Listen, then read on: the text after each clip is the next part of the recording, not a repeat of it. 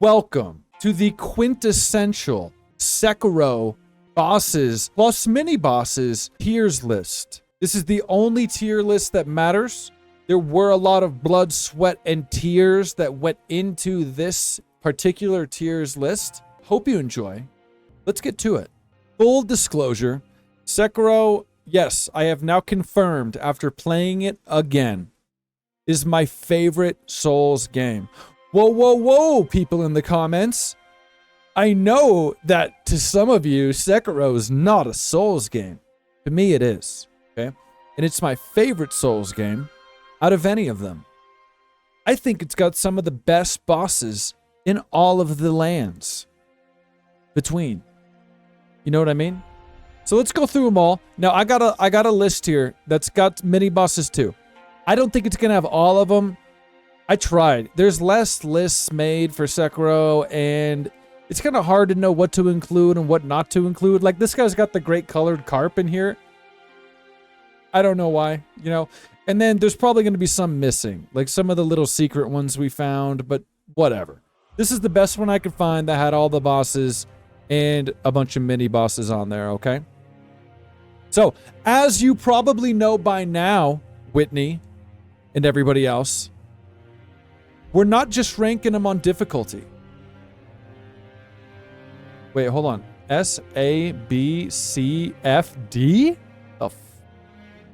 This got to come up, right? Oh, yeah. What the hell's going on here? A, B, C, D. This is supposed to be... Who made this? That's supposed to be like that. And then this is supposed to be like this. There. Okay. We're not ranking them just on difficulty. We're ranking them on how good they are. How fun it is to fight them. How challenging, yes, that does weigh in. But how legendary. How memorable they are. And honestly, this is going to be a hard list for me. Because I love pretty much the majority of these. But let's just get into the weeds here and see what's up, okay? So we're going to start out with the man, the myth, the legend, the screaming horseback spearman, Gyoubu Masataka Oniwa, or as you might remember him, I am Gyoubu Masataka Oniwa!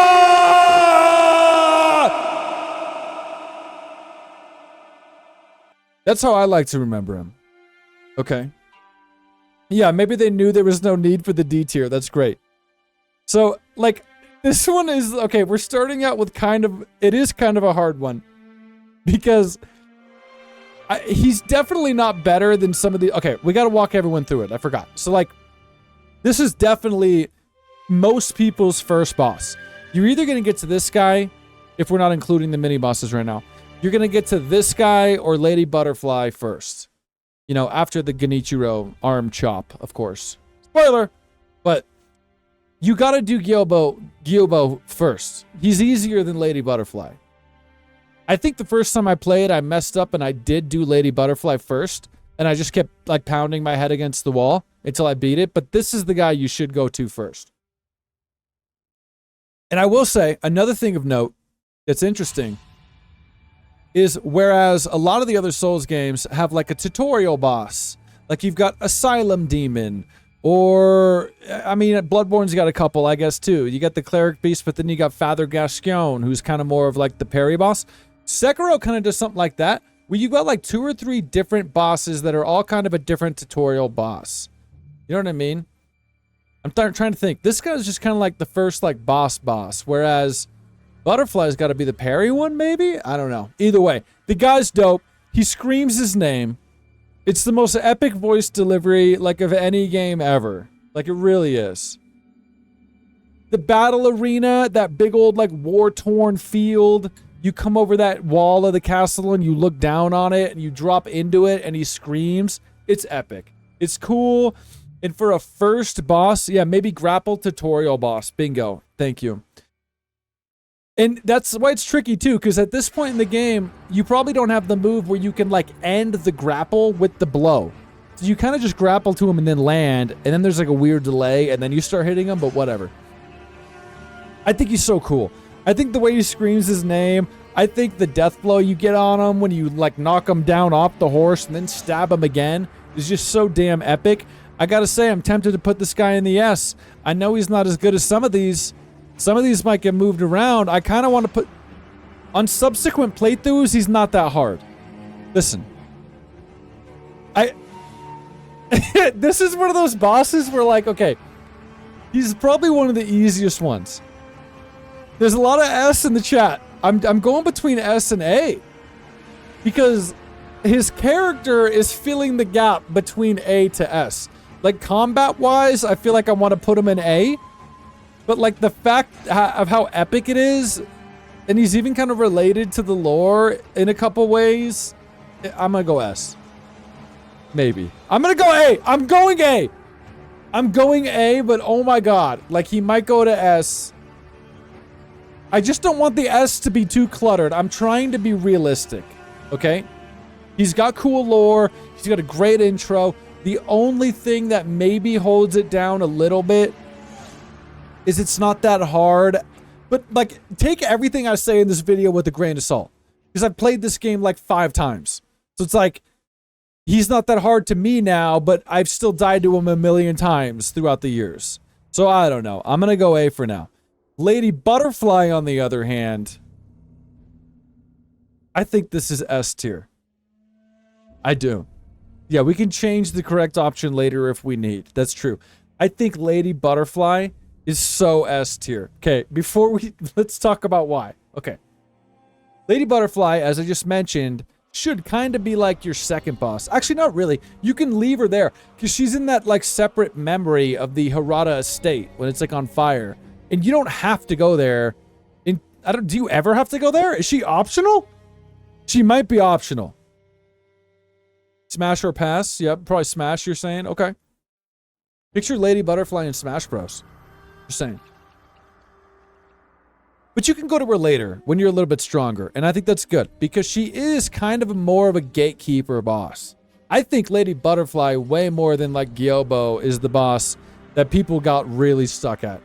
I remember back when I first played being stuck at Butterfly and just like turning the game off for a while. Back before I got way good. Exactly.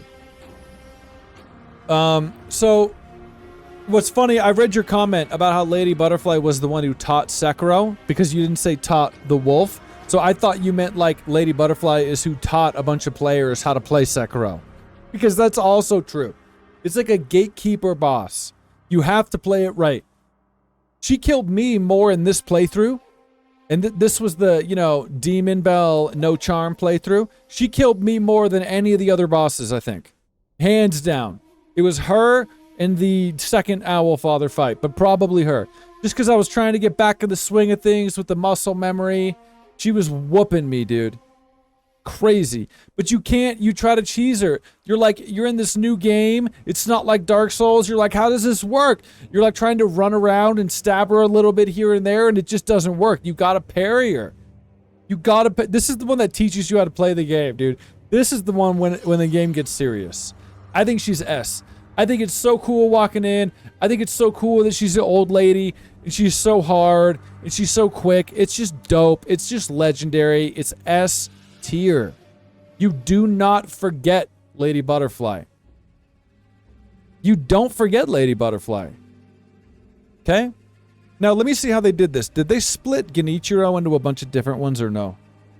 Like, what are they... Like, they're calling some of these wrong, by the way. Oh, no, they've got the inner ones in here. We're not... I mean, I could rank the inner ones, honestly. I've done them all. But we didn't do it this playthrough, but who cares? So... Now, is this Genichiro, do they have a castle version? Or is this just the normal Genichiro? I think this is it. Okay. So I don't think this is referring to when you find him in the field at the very beginning, even though that's what this picture looks like. So I'm looking at this one as the first time you fight him on top of the castle. Okay? So Genichiro is technically the first boss in the game because it's like, you know, you walk out into the field and you can't beat him. Even if you beat him, he chops your arm off anyway. So, after that though, when you get to the castle and you fight him on top of the castle, I think Genichiro is 100% smash, don't care who you are. Doesn't matter. Third phase, he's dope.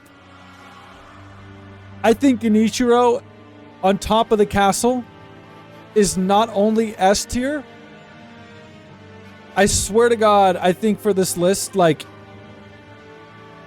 you guys, we gotta do something here. This is not, it's just not working right. It's not working. We're gonna add a row. It's gonna be a row we need. Get rid of this one. No, get rid of this one. Did we just get rid of S? Hold on. There we go. Got it. Okay, this one up here. This one up here is the double S plus. This one right here is the normal S. There's no other way I could see doing this. It's got to be like this. Okay, I'm sorry. So with that said, Lady Butterfly goes to double S plus, and Gyoubu goes to S. Like, we need a custom list for this game. Okay? And so... yeah. Now, Genichiro on top of the castle is absolutely 100% the most double S fight. One of the most double S's in this entire game. Okay? It's like literally one of my favorite characters.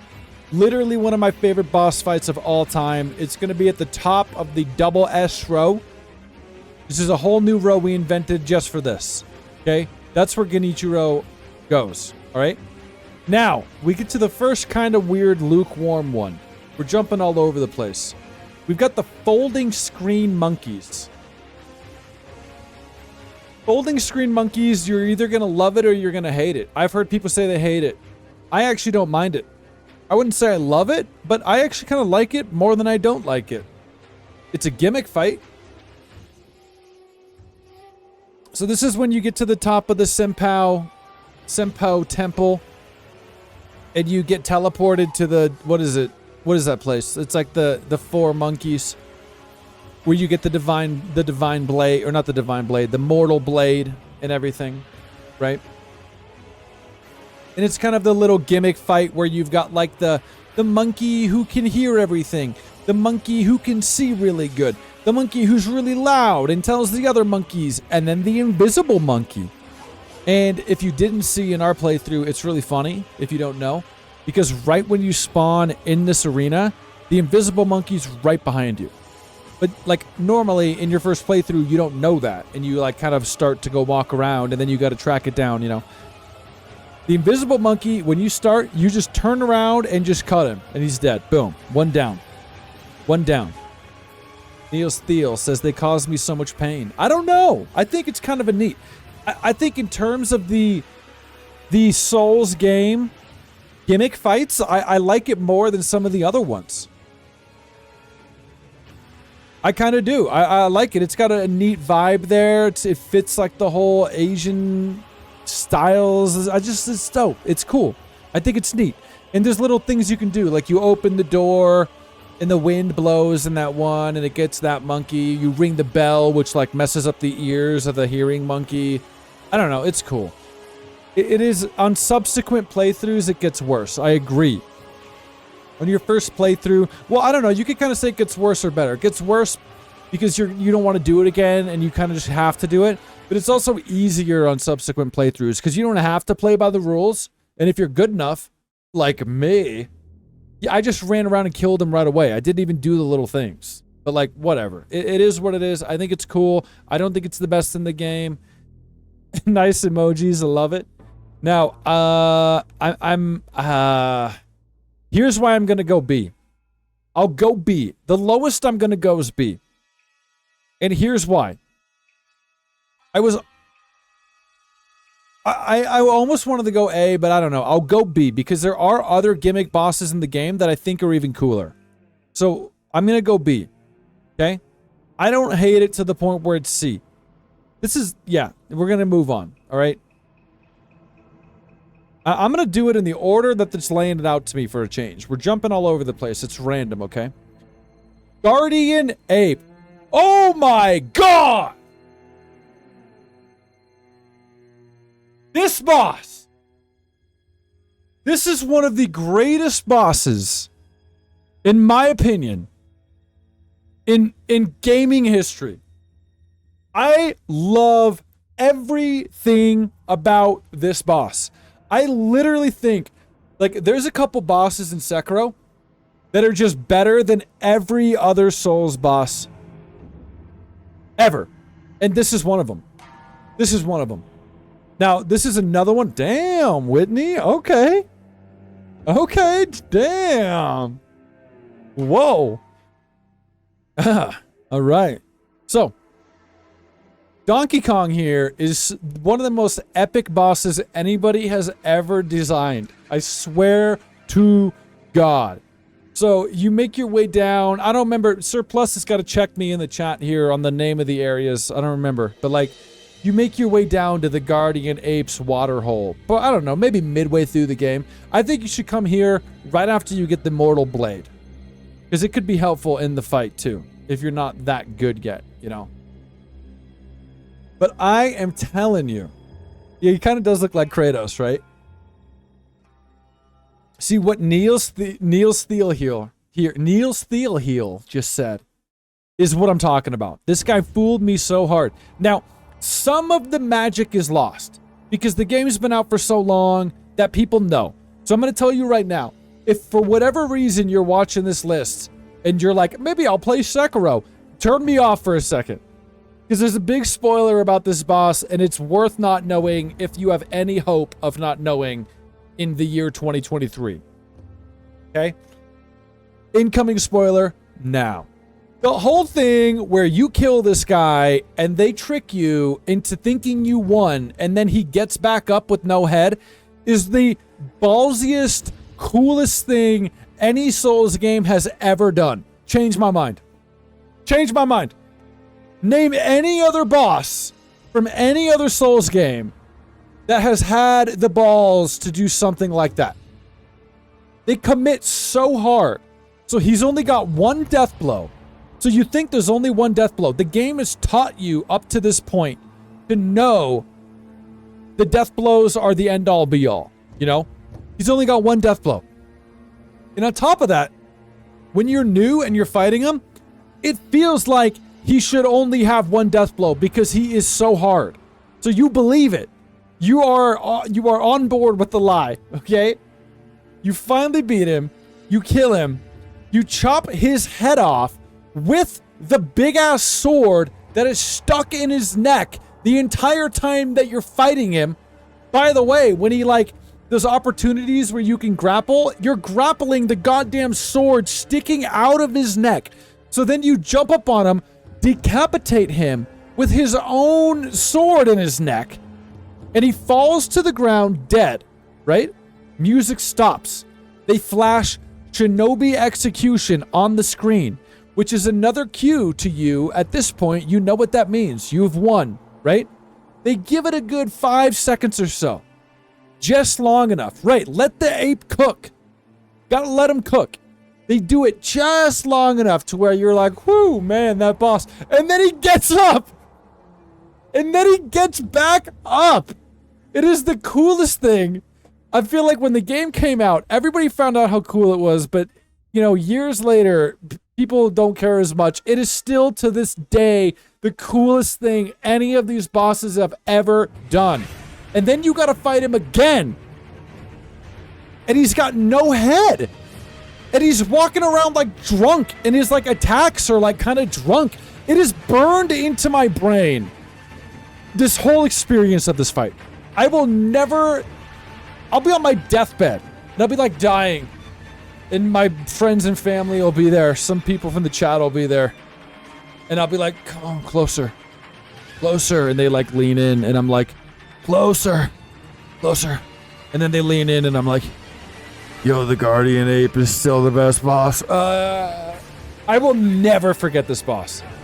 It is so goddamn cool. I just love it, man. They commit so hard, and it's so cool. And then at that point, too, you realize, like, I can't trust anything in this game. Like, this game is doing its own thing, man. So, with that said, Guardian Ape, I think you guys can imagine where that's going. It's going full S. It's going full S, top of the list.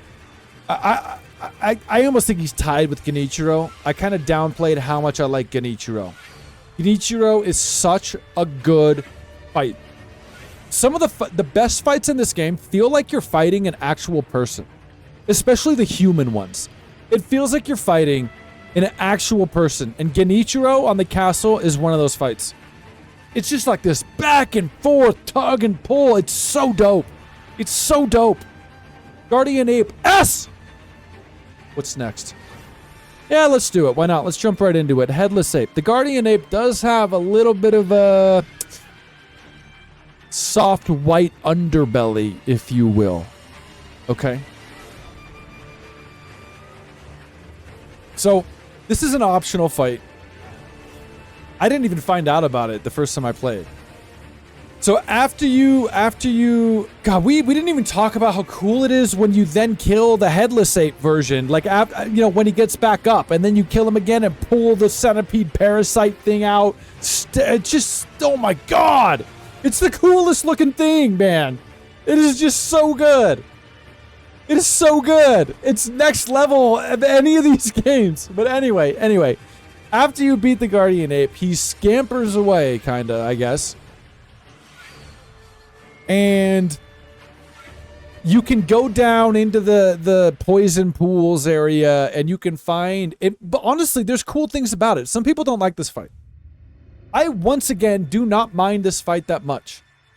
I think it's kind of cool. It's a cut above the whole, like, Elden Ring, Dark Souls style of, like, now there's two. It's a cut above. It is, because not only do you walk into the arena, and it's cool. It's like underground cave. It's like the Headless Ape with no head, like scampered underground, to its lair.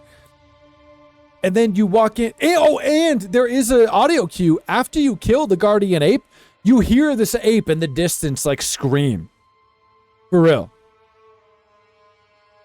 Yeah, Niels, I got something to say about that if you don't know, by the way. Hold up. So, you hear this other ape scream. You're like, what was that? What was that? I didn't even notice that my first playthrough either, right? So then you come down here to this cave, optional fight. You can miss it.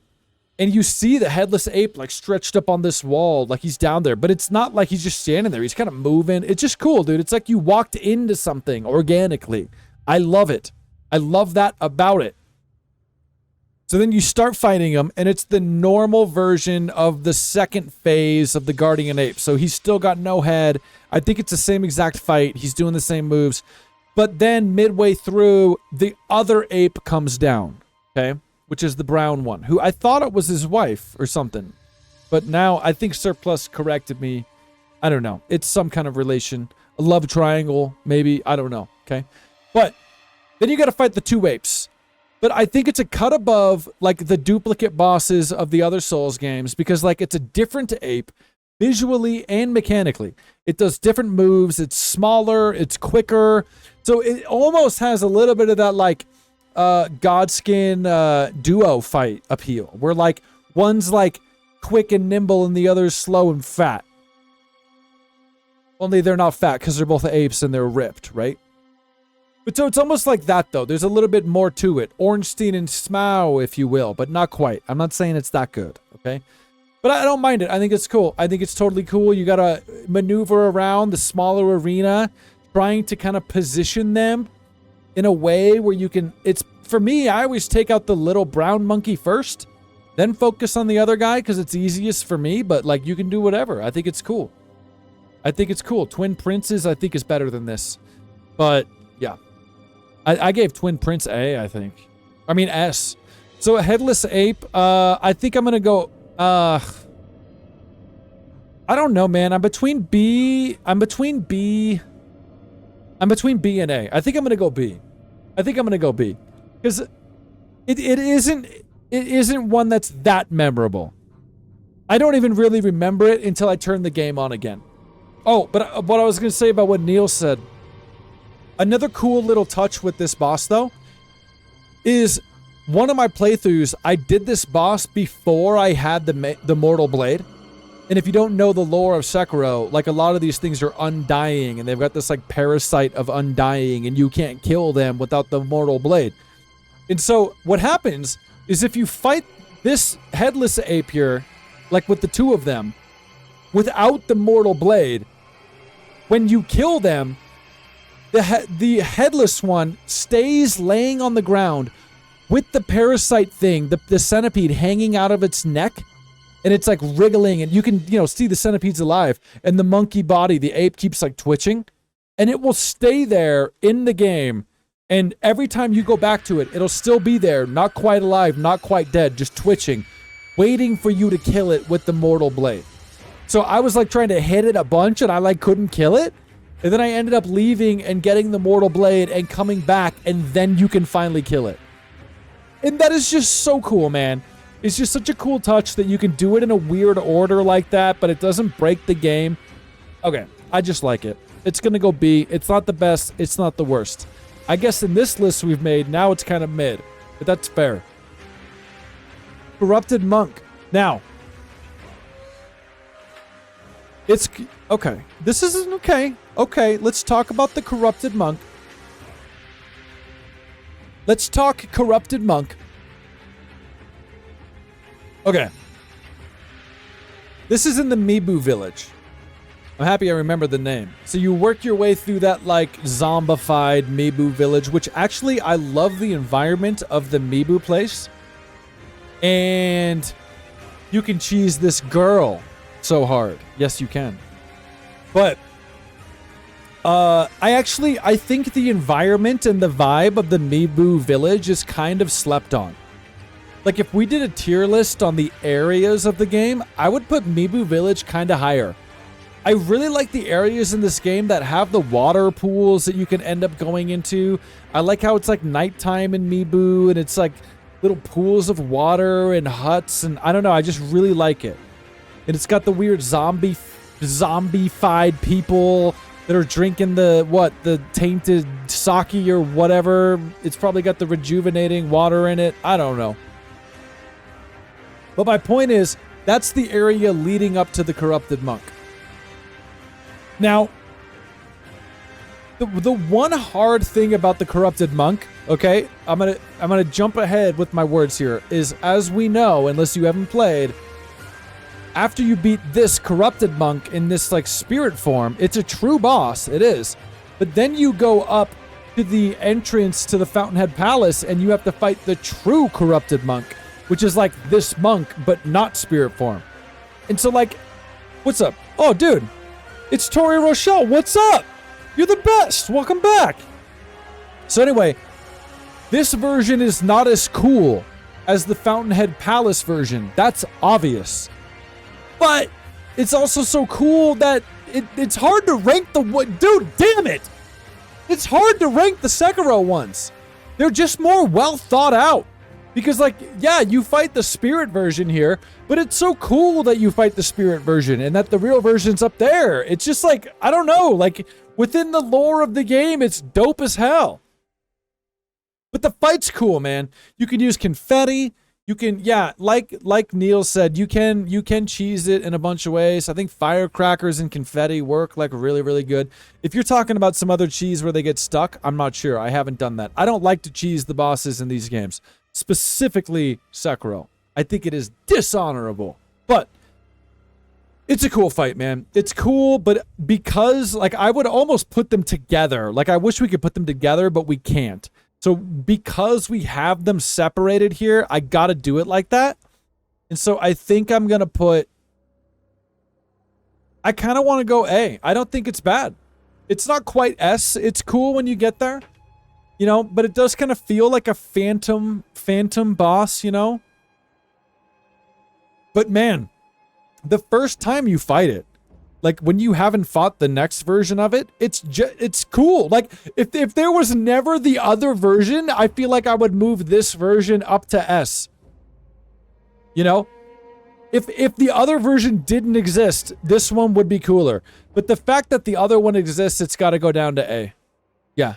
A is good? Okay. Sounds like we're good with A. So now, what's next? Oh, no, we gotta save some of these. Let's mix them up. Hold on. Let's jump around. They hit all the little mini bosses like in there. I'm gonna mix them all up. Look. Jumble, jumble, jumble, jumble, jumble, jumble, jumble, jumble. I wish I had a built-in like shuffle feature, you know? Whoa, accidentally had Rin of the Water and F for a second. Shame on me. All right, that feels good. Now, let's get... Some of these are on here that are weird. So, let's do this. This is a weird one. This isn't... Now, we're going to do our first mini-boss of the list, okay? I'm happy we found this particular list because the mini-bosses in this game are elevated to the point where some of them are just as memorable as the actual bosses. Unlike the other Souls games, the mini-bosses are just... dude, it's just like chef's kiss. Other than this guy. This guy's not that cool. This is the guy... I mean, it's kind of cool that it factors into, like, the level, I guess. Okay? Oh, man, that kicked in. But, like... So this is the guy where right when you get to the... Oh, no. No. I'm not doing that yet. You know what we should do? Now, after we did... Hold on. We just talked about the corrupted monk. We gotta just go straight to the next. It just makes sense talking about them together. Okay? Boom. So right after you beat the corrupted, the corrupted monk, and then you progress the story, you come back to where you beat the corrupted monk, and then the big giant straw man thing takes you to the Fountainhead Palace, the gates, right? Sorry, Surplus. I had to backtrack. We're gonna do this first. We'll get to them next. So this is the true corrupted monk. So it's like the true version of the spirit one we were fighting down below. And this is just once again. This is absolutely S tier. It's double S, you guys. It's S. This might be one of the best in the game. This is so iconic. It's so legendary. What do you mean? When do you use snap seeds? Can you use snap seeds when it splits into all those black phantoms? I've never done that. Never done that. So, this is such a good fight. It's so damn cool. It's so damn epic. Everything from the design of the boss, the mask that it wears that has become iconic in its own right, the beads and the whole dress and the outfit and like, don't even get me started on the scenery. The leaves on the bridge and it's like guarding the entrance to the spirit realm, Fountainhead. It's just so good. And the screams of the monk, which we probably should have brought up in the corrupted monk, the other one. But the screams, oh my god. Oh my god. And am I wrong? Up until this point, it's the first boss that's 3 death blows. So you walk in and you see 3 death blows and you're like, oh my god. I've never done the snap seeds. What I've done is that thing where you jump around the trees to avoid them, but keep looking down because then when the monk materializes, you can get the death blow. So you can kind of get a free death blow in the middle if you're observant enough. There also was a cheese where you could come in and get a free death blow at the start, but I think they patched it out, if I'm not wrong. I think they patched it out, but I don't remember. But this is just the coolest fight. There's a certain rhythm to this fight, like a flow with the movements, like block, parry, parry, parry, parry. See, when I first said block, I took chip damage there. I'm making mistakes even talking about it, you see? It's just got a flow, man. And then after you beat the second phase, you tear the centipede thing out again, just like the monkey, but then you've got another phase fighting it with the centipede thing coming out of its neck, and it's like spitting like the leeches on you that do the terror. Man. It's so S. It's Magnum S, bro. It's Magnum S. Where is it? Down here. This goes way up here, you guys. It's way up at the top. Way up. I almost want to drop Lady Butterfly down to this. I don't know what you guys think. We're going to have a lot. Butterfly could be... I just don't know if she's double S. I feel like everything in double S right now is absolutely double S. Absolutely double S. And we even forgot to talk about the lightning phase with Genichiro.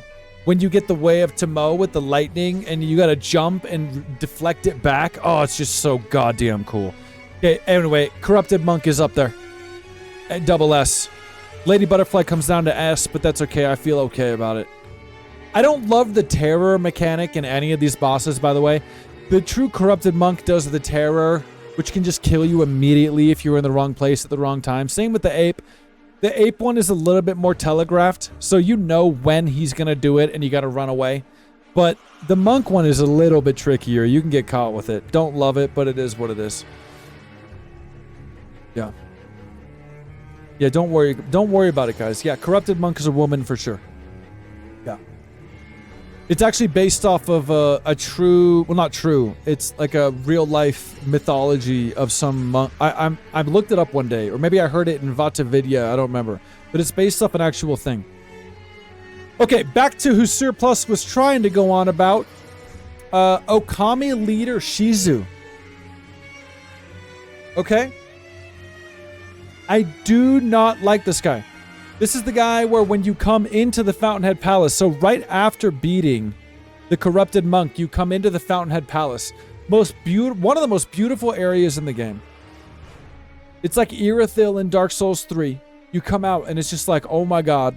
It's like a feast for your eyes. It's so gorgeous. Love it, man. Just water everywhere. And by that point, you've got the, the Mibu breathing technique underwater, and you're just like, I'm going everywhere in the water. Love this area. Top tier. If we're doing areas, it's double S, But you can't go in the water at first, because every time you try to go in the water, this guy does lightning bolts and kills you in the water. So they pretty much put this guy up on the tree out there on the lake just to stop you from shortcutting across the water. They want you to do the other side of the level first. They want the giant carp to break the bridge. Then they want you to go over. They want you to kill this guy. Then they want you to explore the water. Yeah, he's playing lightning soccer. He's doing hacky sack, But here's the problem. If you're timid with this guy, he might be cooler. But the fact is, if you just sprint right at him and start swinging, you don't have to do anything. You don't have to use any deflections. You don't have to block. You don't have to stop attacking. You don't have to use any prosthetics. Just keep hitting R1 until he dies. And for me, that's lame. It's lame. Yes, he's a mini-boss. We should clarify which ones are which. This is a mini-boss, not a real boss. It's not very good. He kind of is just there to stop you until you kill him. I don't like it. I don't think it's that cool. He'd be kind of cooler if he put up a fight, but he doesn't. I kind of want to put him down here on D. I really do. Yeah, he's kind of memorable as that guy that annoys you in the tree. He's just annoying. He's not even memorable in a good way. He's not even memorable in a good way. If you asked me in a year, yo, do you remember that lightning guy in Fountainhead Palace? If I haven't played in a year, I'd be like, that guy sucks. He's annoying. He is annoying. He's D. He's not F only because, okay, it's kind of cool with the Fountainhead Palace. It's kind of cool that he's, tied to, exploration in a way. Whatever. He gets a D. He gets a D. Now, moving, I feel like we should do another mini-boss, or yeah, one of these. Let's do one of these. Let's do Long Arm Centipede. Look at that face. Oh my goodness. Look at that, you guys. I don't think I remember him looking like that just now. Is that the eyeballs he has? I don't know anything about the lore with these guys or anything, but I have a feeling it's gotta be something. What are these? So you fight a couple of these in the game. It's like a weird, centipede man. The human centipede, but he's got, Wolverine claws. There's also little tiny normal versions of them, too, that are easy to kill. But there's, two, I guess, is it just two? Little mini-bosses? At first, they seem really, really hard. Because they attack relentlessly. And if you're not getting the parries, they just slaughter you. But the minute you figure out the pattern, it's the easiest enemy in the game. And honestly, it becomes so obvious. It's like the easiest pattern to memorize. It's like 1, 2, 3, 4. 1, 2, 3, 4, 5. Swoop. And then they dash at you. And they just do it like over and over. So it's kind of cool, man. They're weird, at least. The first couple times you see them, it's like, what the hell is that? But again, I don't think it's anything that crazy. I don't think it's that epic, you know? I think we can go, I think we could go solid, like, honestly, like, C. It's got to be below these. It's below these for me. So I'm going to go C. We're going to go C for that. On to the next. On to the next. I'm going to, just to be efficient here, the other long arm centipede giraffe, I'm putting right there next to him. They're the same thing. Yeah, there's two of them. They fight the same, I think. You know, there's no noticeable change for me. I'm going to put them right there in C. Why don't we talk about Surplus's homie? Ashina Elite Jinsuki Saze. I'm probably saying all these wrong. I'm doing my best, okay? Once again, this guy's awesome. This is the guy that you find in the dojo in the top floor of the castle, right under the roof where you fight Genichiro in like the attic dojo area. And I think this guy is great. This guy is great because he fights unlike many of the other enemies in the game. Once again, this is a mini boss, not a real boss. So we're talking prayer beats. I'm pretty sure like all the mini bosses do prayer beats for the most part, other than the headless, right? Lots of tears, you guess. I like this guy. This guy is very, very, very fast and parry focused. You can, by the way, I've done it. You can fight him without parrying him at all and just kind of darting behind him and hitting him. But that's stupid. Why would you do that? He does this one move over and over for the most part. Curtis Jackson says it's a baby boss. Yeah, man. But he goes, he's got his sword sheathed, and then it flashes, and he does a quick double swipe. Like so fast that you literally have to anticipate it and just like double tap. Like I can't even do it with my finger right now. Like, bop, bop, bop, bop. It's like so fast. I have to literally like, my reaction isn't even fast enough. Like I have to like anticipate him doing it, and then I see the flash and then just hit it. But if you know what you're doing and you're nailing the parry, you can kill him in like 10 seconds. And I think that's what makes it so cool. If you're not doing it good, you get stuck here. And it's like a long, drawn-out thing. If you know what you're doing, he's dead in 10 seconds. And that's like the essence of like a samurai duel. Come on. That's so good. This is one of the most classic sword fights in the game. It's so damn cool. Right? Smash on that guy. Okay, wow. We're learning a lot about some people today, you guys. Anyway, he's cool. He's one of the better mini bosses. I like him. I gotta put him in A. I'm gonna go A. I think it's cool. Yeah, I think that it's definitely like not a gimmick, but it's like a one-note mechanic at the speed. But I think it works. It works for what it is. I'm going A. I'm going A. Ashina Elite Jinsuki Sazi goes into A. He would be so proud. His mom would be too. Now, what do we got next? Let's knock out some other ones here. Let's do like this guy. Well, hold on. Let me make sure they don't have any duplicates of that guy. Here he is. Here he is. So I'm gonna put him in the same spot. I'm kind of cheating. Yeah. Well, keep reminding me. Yeah. So this guy is the next version of him. You fight him after the story progresses a little bit. You come back to the castle. Now he's got the red eyes. And he felt the same, bro. Like, I gotta be honest. I'm trying to remember. He probably had like different moves, or maybe he's faster. I don't know, dude. But it feels mostly the same. To me, if you can do the first one pretty good, you can do the second one pretty good. They're both the same. For me, it's an A. Okay? Let's do the same thing with this guy right now. General... Oh, God. General Kuranosuke Matsumoto. General Kuranosuke Matsumoto. Okay? This is not the first. The second... His face, too, man. Look at his eyes. I never noticed that.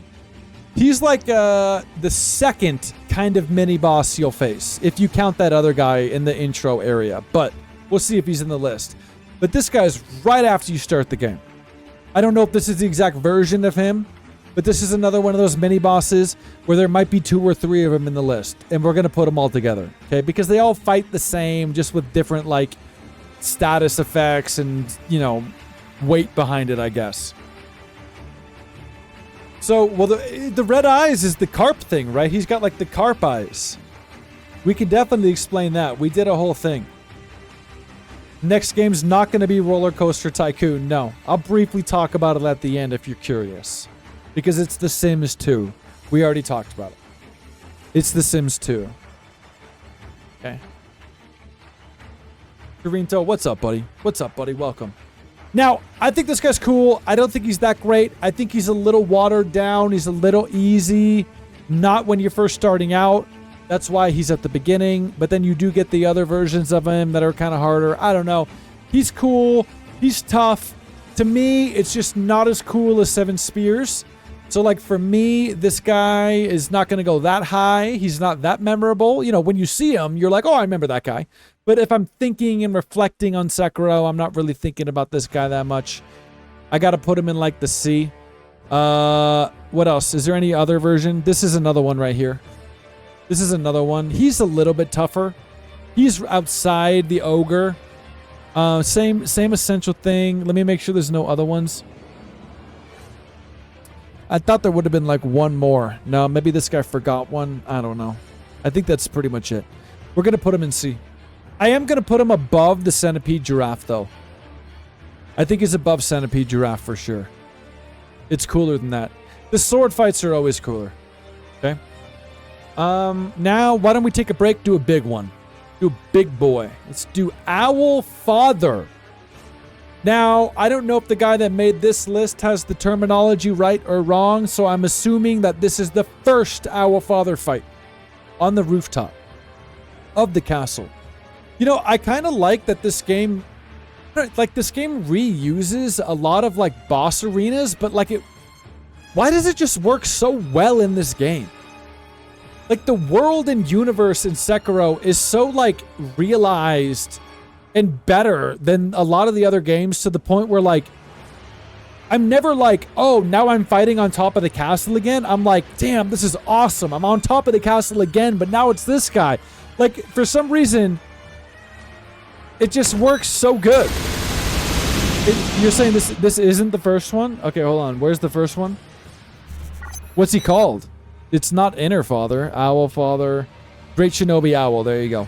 It's Great Shinobi Owl.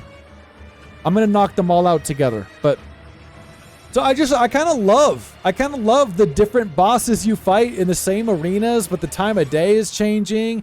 The environment's changing a bit. Like, now it's on fire, and, like, it's just cool. Now, Great Shinobi Owl, we might as well just not even talk about it. It's so S. It's just so S. It's, oh my god, dude. It's like, it's so many S. It's so cool. So, probably one of the most important characters in the game in terms of the lore and the story, right? This is the guy in the very first cutscene that finds you as a little baby wolf, little puppy, little Sekiro wolf. And what does he do? Does he, like, take you under his owl wings and coddle you? No. He cuts your cheek with a sword. He's like, welcome to the Shinobi ways, bitch. And then he's your dad, you know? And you find him outside the Harada estate, and he's, like, dying, right? And so you think he's dead. That's the thing. You think he's dead. But then after you beat Lady Butterfly, you get stabbed from behind, and we didn't know it was him, but it was him. All right? So I think, oh my god, dude, there's so many cool things you could say about this fight, okay?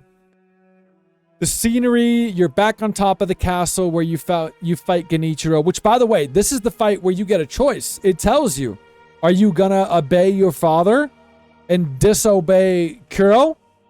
Or are you gonna, you know, disobey your father and stick by Kuro kind of thing? And you can literally choose. If it's your first time playing, I recommend not. I recommend staying with Kuro because it skips like such a big portion of the game. But you can choose to not fight him and kind of end the game early. But if you do fight him, which you should, it is just one of the best fights, dude. You're up there on the roof. It's like, what is it, like sunset up there, I feel like. It's so cool looking. It's so epic. The dialogue between you two, and then you're facing off, and then it's like, it's such a sword fight, man. He's running all over the place, deflections, dodges. It's just so goddamn epic. And then after you get him in the first death blow, he goes down, and he pulls this son of a bitch move where he's like, no, wait, no. And he goes down. And then if you walk up to him, he like does something. Doesn't he like pop smoke or like kick sand in your eyes? He's an asshole. He's dirty, bro. You learn that he fights dirty, bro. He's dirty, Mo. It's just so damn cool. And once again, talk about the boss design. His huge like ponytail. It's like the biggest thing I've ever seen. He's got to have neck and back problems. It's just so cool. It's so cool. It's so cool. With no further delay, Shinobi Owl goes up to double S. Double S. But now here's where it gets tricky, right? Because there's these other versions of them. Okay, we're going to leave the inner ones out for now. I'll talk about those at the end. But now, Owl Father is the one where I feel like unless you really are into Sekiro and have looked stuff up, you probably did not find Owl Father fight. There's a lot of steps to get here. Arguably even more confusing steps than something like Dark Souls to do some of this stuff. Like, you gotta eavesdrop a few people in the right spot at the right time. And then you end up getting this different bell. Or you get the Owl Father bell from Emma after you eavesdrop on her. And you're like, yo, bitch, I heard you talking about me. You said I had to die. What? And she's like, no, I'm sorry. Oh, my God. I said that like you or Kuro had to die. I didn't say which one. God, here's the bell. Go fight your dad again. And then you go back to the Hirata estate. But it's so cool because now it's like even more on fire and stuff is like burning down. There's all these different people there now. It's crazy. You got to fight another drunkard on the way in, which we should get to next, by the way. And you go into the Lady Butterfly arena, which is where you got stabbed from behind from your dad, the Shinobi Owl. And so you walk into the arena. That's what she said, Torinto. You walk into the arena, and this time, your daddy is standing there. And then you fight him again. But let me tell you this. Unlike the Ashina Elite and these generals, it is very different. He is so much harder. For me, on this playthrough, which was the Demon Bell Charmless, no New Game Plus, just normal. He killed me, I think, the most. Even if Butterfly killed me more, I don't remember, but that doesn't count because I just turned the game on. When I was, like, acclimated to the playstyle, Owl Father still killed me more. He was the hardest boss for me out of the whole game. He just is. He's got all these cool moves that kind of elevate the fight to where, like, moves that you already learned in his first fight, but he no longer does them now, and he'll get you if you expect it. Like, he'll do this, like, move. For example, he'll go like this. And he's about to slam down. But then if you, like, try to dart behind him, he goes, and then he does a side swipe. He'll, like, change his moves based on you trying to predict it. It's just epic, man. So, I mean, I feel like they just both go S. Kind of like these other ones. I gotta just put them together. I am looking at a lot of these as, like, a one thing. Like, the monks are kind of part of a one thing. The Owl Father's part of a one thing, but he's S. He's double S, all right? Speaking of chained ogres, who's speaking of chained ogres? I am speaking of chained ogres. Because here he is, in the flesh. You find your first one of these pretty early on. Mini boss. Prayer bead. Okay? Right in the first area. Kind of at the end of the first area. He's chained up. I think they're kind of cool, though. I think they're cooler than some of the other mini bosses. They fight different. It's not all parry. You can parry some of the kicks and stuff, yeah. But he's more of a grappler. He's in the WWF. Okay? It's because I'm talking, Torinto. Don't you understand? It's not your time. Alright? So, he's cool. He's different.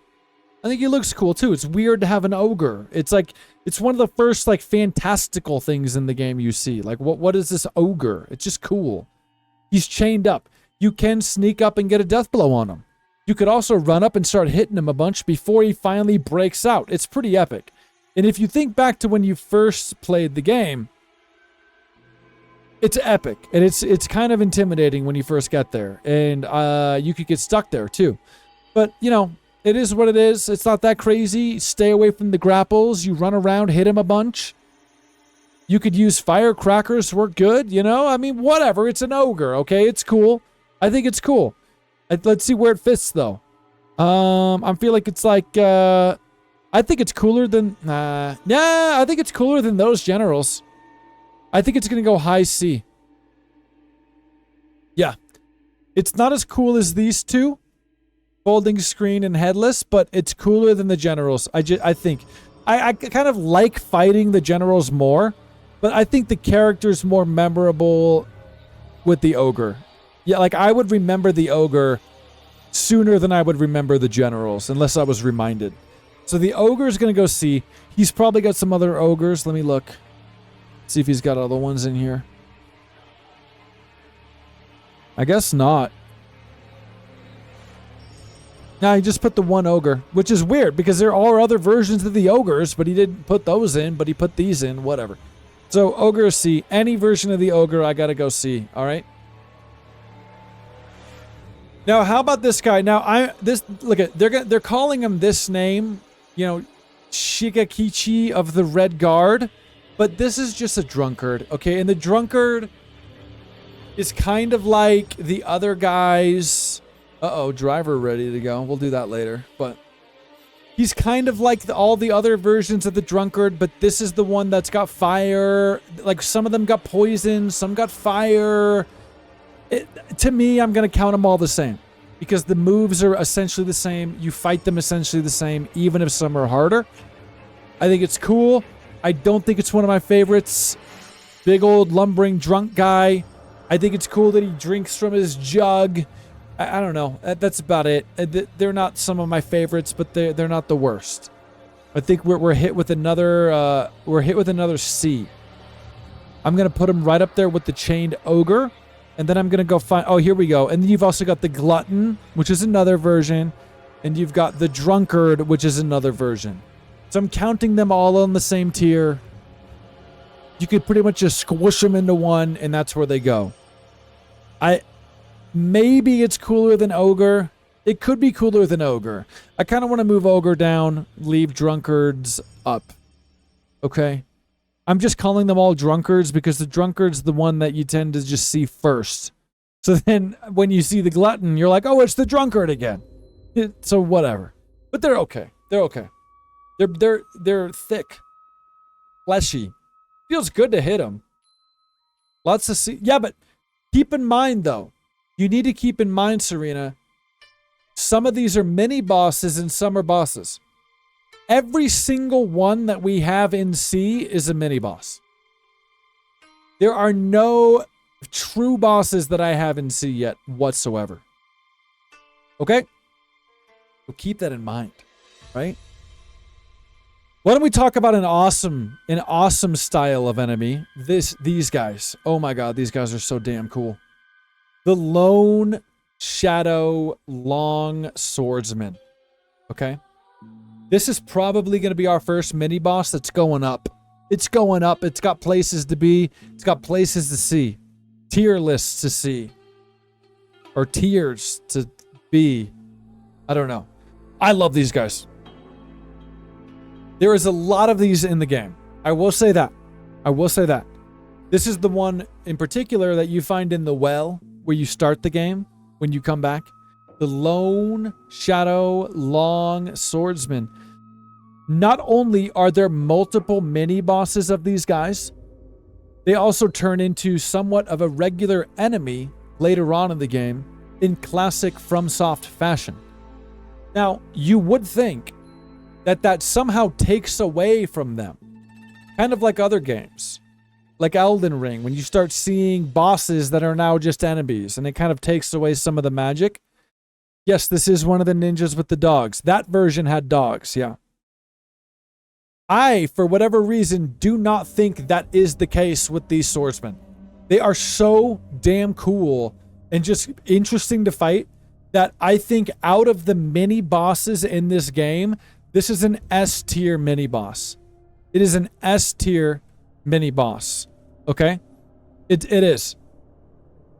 And I'm going to put all the rest up there because, again, I'm not going to do them individually. It's the same thing as kind of the glutton and the drunkard where you'll have poison ones and different versions of them. One of them's got dogs like Torinto just brought up, you know. But I'm going to count them all as one because at the core moveset is the same, right? The core moveset's the same. The way you fight them is mostly the same. There's probably a lot in here. Let me make sure I got them all. Looks like I did. I love these, man. It feels like in the same way. In fact, in this, god damn, dude, Sekiro is so good. This game is absolute perfection. I don't know anybody that can disagree. I don't get it. Like, if you're into From Software, I don't understand how you can not look at Sekiro as like the magnum opus. Okay, you could say Elden Ring is big, huge open world game, magnum opus maybe. In terms of tight controls and combat mechanics, it's just like, this is like an absolute, like, perfect game. Perfect game. At no point, barely in this game, are you playing and, like, are at odds with the controls. Unless you're just not good yet. It's never like, oh, damn, like, it bugged out. It's like, it's perfection. It's so good. And so, in the same way that these Ashina Elite are like exactly how it feels like it should feel to fight like a samurai duel, like fast, like cut, is how the Lone Shadow Longswordsmen feel like you're fighting a ninja, man. It just feels like it. It just feels like a ninja, bro. They've got the shuriken. He's doing kicks. He's jumping around. Some of them got Mistraven stuff, I feel like. Or is that just the mod? I don't remember. They're just so cool. And the coolest thing about them, fun fact, the swordsmen only have one hand. Most of them can't. Yeah, wait, what's up with that? Why do they have one arm like me? Are they like me? I've got one arm. In the game, I mean. Prosthetics play a big role in this game. But coolest thing about these guys, coolest thing is that combo they do with that ends in that big leg kick, and you can Makiri counter the leg. What on earth? So when they were making this game, they came up with the mechanic of Makiri counter, which is any kind of like long thrusting attack. You step on the weapon and like step it into the ground. It's just awesome, right? But then somebody on the dev team thought, you know what? Make it so you can Makiri counter his leg. Why not? It's a thrusting attack with a long thing. And so this dude can kick you and you can step on his leg and step it into the ground. It's just so good. It's one of the coolest things in this game. They go S. They go S. On to the next. On to the next. Great Serpent's kind of like a throwaway. Let's just talk about it. Like, I guess it counts as a boss because it does give you like a memory, doesn't it? So I've heard some people say that the Great Serpent counts as a boss because like anything that gives you a memory is a boss. But like, I don't know. Come on. This isn't even like... This is like the dragon in Dark Souls 3 when you're up in the Nameless King area. Where It's cooler than that because at least you see the serpents. There's 2 serpents, but at least you see them a few times. And you've got some interactions of stealthing around them. You stab one in the eyeball, which is cool as hell. Blood goes everywhere. It's a whole thing. I love it. But in terms of like the fight, you just get to a part in the game when like you're kind of overlooking down onto the serpent. You just drop down onto his head. Oh, you don't get a memory? I think you do. Look it up. Look it up. I think you get a memory from this. Either way, whatever. It's in the list. Somebody thought it was a main boss. I don't think it is. I don't think it is. It's a cool cinematic thing. You drop on its head, you kill it, you get the serpent viscera whatever item. It's cool though. I'm not hating on it. But like I just don't know how well it fits here. Okay, yeah, maybe you just get the heart and not the memory. I was wrong, whatever. But like, yeah, I don't think it fits here, but like I'm not gonna put it anywhere, honestly. That's stupid. I'm not gonna put it on the list. Okay? We're not doing that. But we will jump to another spectacle. Divine Dragon. Divine Dragon. This is some cool ass shit. Right? This is some like oh man, it's a vibe. I wouldn't, it's a little bit above a gimmick boss. It's not a gimmick boss, but it's definitely more of a visual spectacle than it is a challenging fight. Oh, okay, I got you. I got you, Higgins. That's an interesting description there. Definition. Yeah, that's right. We did learn you could parry the snake thanks to you, Real Experience, and that was cool as hell. Yeah. Yeah. So anyway, especially compared to the rest of the fights in Sekiro, the Divine Dragon's like, you know, it's not hard. But it's not supposed to be. It's just cool. And it earns it. I mean, it really does, dude. Like, you go through the whole Fountainhead Palace. It's this whole, like, ethereal, spiritual, vibey place. And then it just, like, really gets the cherry on the top with the dragon at the peak up there. It's cool, man. It's so cool looking, and the music slaps. The music slaps. You know? It's good. It is good. It's hard to talk too much about it because there's not a whole lot going on. You got to fight all the little things at first. It's almost like kind of like a pseudo Deacons of the Deep thing, kind of. But it ends really quick, and then the dragon comes out, and you got to jump on the logs and deflect the lightning back, which is kind of crucial because you should already know how to deflect lightning when you fought Genichiro, but you can technically fight Genichiro even without deflecting the lightning if you can't ever figure it out and still manage to win. Or accidentally do it, you know. And then so the Divine Dragon's making it so it's like, listen, you really need to know that you can deflect lightning before the end of the game. Please. Please. Learn this. And there's even a few enemies leading up to this fight that are deflecting the lightning throughout that whole area. So hopefully you know by now. But whatever. It's cool. I think it's good. I think it's great. I don't think it's double S. I don't think it's S. The only reason I'm not going to go S, we're going to go A, top of A. Visually, as a spectacle, I would go S, or even higher. But I think of Sekiro as so much of a combat game, I guess. It's hard to put Divine Dragon up among the likes of Lady Butterfly, you know, but it's definitely memorable. It's definitely memorable and it looks cool. It gets an A. It gets an A. Okay? Let's see here. Let's do one of these. Let's do 7 spears. Where's the original 7 spears here? Is this him? Oh my god. Now, this is another mini-boss. There's a couple different versions of them.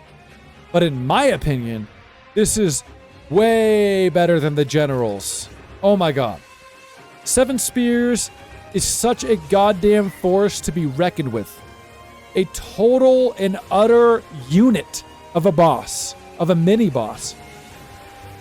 This dude is probably responsible for so many deaths of everybody that played this game. And this one in particular, this guy, you find this guy, if this is the one I'm thinking of, this is the one you find early on. By the time you get to the castle, even before Genichiro, you can find this guy. And oh my god, you better hope that you know how to Mikiri counter at this point. Like, this guy, like, there's so much weight behind this guy. Not even just about his body. I'm talking like his attacks just feel so heavy. Like, even every attack that you, like, deflect, you, like slide backwards in the dirt. Like, the force behind it. It hits so hard. It's so cool. I used to hate this fight. In fact, that says a lot about this fight. I used to absolutely despise this fight because it was so goddamn hard and I could not figure it out. Now that I have it figured out, it's one of my favorite ones. It's one of my favorite ones. Let's see how the list is looking. I put 7 spears up here, honest to God, with the lone swordsman. I don't know if they're quite above. I put them above.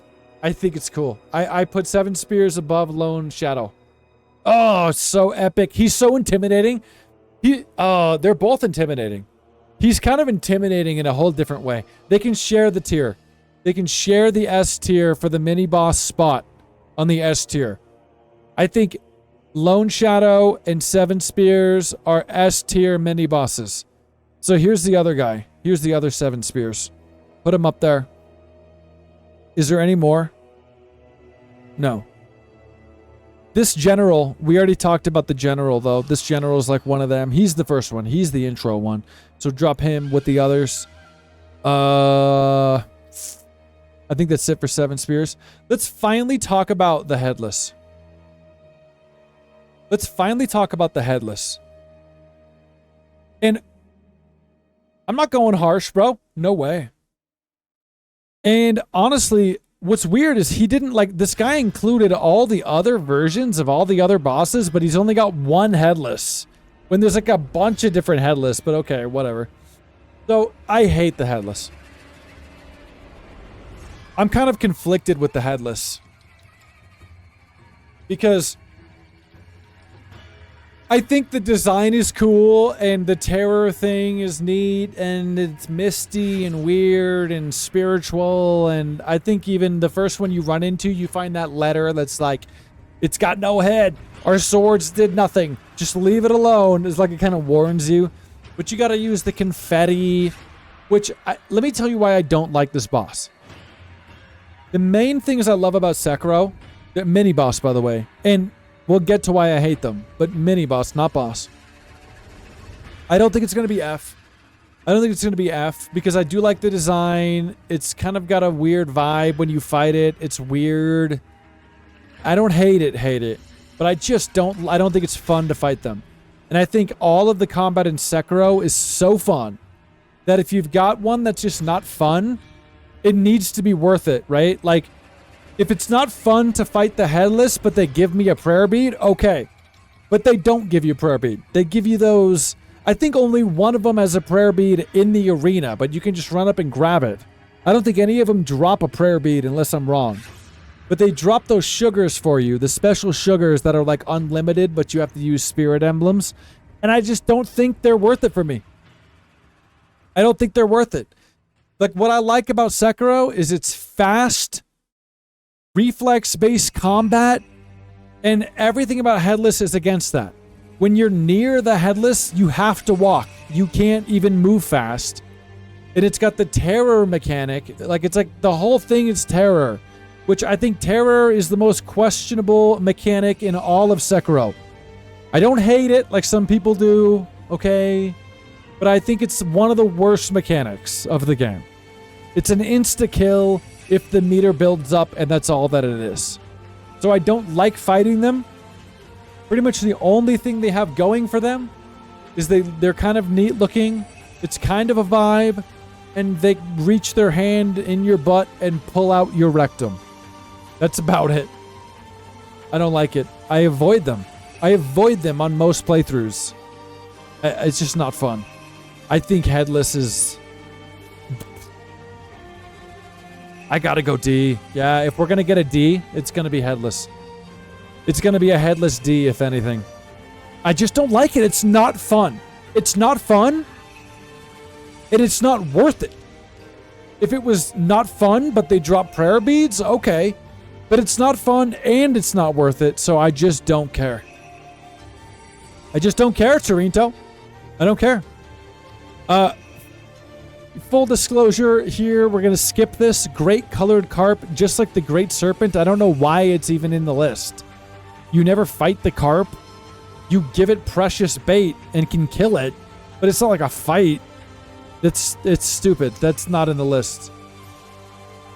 That's not in the list. Snake Eyes is in the list, though. There's a couple of these, couple different ones of these. Also a female, Snake Eyes, Shirahagi. Ah! So, yeah, doesn't Japanese also have that mythology of the guy that's got a big old eyeball for his butthole? Isn't that a thing? I think that's a thing. And then he just, like, comes out of the bushes and he, like, bends over and he spreads his cheeks and he looks at you with his eyeball. It's terrifying. That's S-tier boss material right there. Okay. Snake Eyes is cool as hell. Another fight that is deceivingly hard. But unlike the Headless, it's worth it, and they give prayer beads. And I think they are so damn cool, man. I do. They've got the they're unique. They've got the long rifle barrel. It's like a rifleman that shoots at you a bunch, grabs you with that hook throw and shoots you off like some kind of killer instinct fatality move. It's so cool. There's a couple of them. I think there's 2. I think it's good. I think it's good. It can be a pain in the butt. You have to be patient with this one. There's a few things you could do. You could use the ash to throw in their face and stuff. You know, you could do a few different techniques, but you got to just get good, really, at the end of the day. Ethan's coming in with an A tier. What's up, buddy? Torinto doesn't even remember this one. Let me see. Let me see. It's going to be more like... It's not as good as these. It's... I think it's up there. I think I could put it above Ashina Elite. It's tied with Ashina Elite. It's cool enough. It's unique enough to be in there. Okay? Isn't there another one? Here's the other one. Here's the other Snake Eyes. The 2 girls. I believe they're both girls. Shirafuji! Yeah, maybe you missed it. So now, we're saving some real good ones for last, boys and girls. Who wants to get rid of this guy? Get this guy... No, not that. Get this guy out the list, bro. This is technically kind of a tutorial mini-boss. Look at him. He's so confident. Look at that. Man, if you knew anything about this guy, you'd know that it was hilarious that he looks this confident right now. You know what I mean?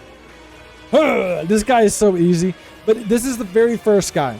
This is the very first mini-boss. It's the first thing that's not even a normal enemy, other than Genichiro. No, not even.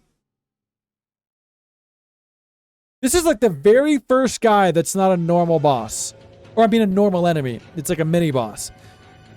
So he teaches you the posture a little bit and the multiple death blows, but I didn't even, dude, I would not even remember this guy's name. I can't even pronounce this guy's name, unfortunately. I'm going to forget his name the minute we click off. I don't even remember he's in the game until we start the game over. It looks like he only, yeah, it looks like he only owns 1 cool pair of gloves. He's really showing you them too, you know? Like, he's making damn sure that you see those gloves, because he bought them. Alright? Okay. He's not, I mean, he's nothing special. He's kind of like the generals, but just watered down. He's just, he could go D, you guys.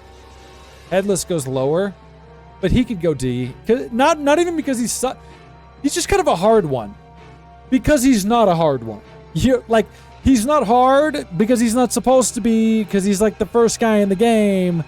But because of that, it's, you know, there's just one, he peaked in high school, right? He peaks in the beginning of the game, and then it's over. and then you don't remember him. So he's gonna go D. Wow, we got a decent spread here. But we got some good ones coming up though, okay? I'm doing my best to kind of cherry pick some bad ones out of here. Like, why don't we do the bulls? Not that it's bad, but let's talk about the bulls. What do you guys think of the bulls? Yeah, absolutely shout out to Fextra Life. Shout out to, you know, Batavidya. The true legends of the Souls games. You know. Now, what do you guys think of Blazing Bulls? Another boss. Is it not? Is it mini boss? Mini boss, yeah. Two of them. Prayer beats. Count them. 2.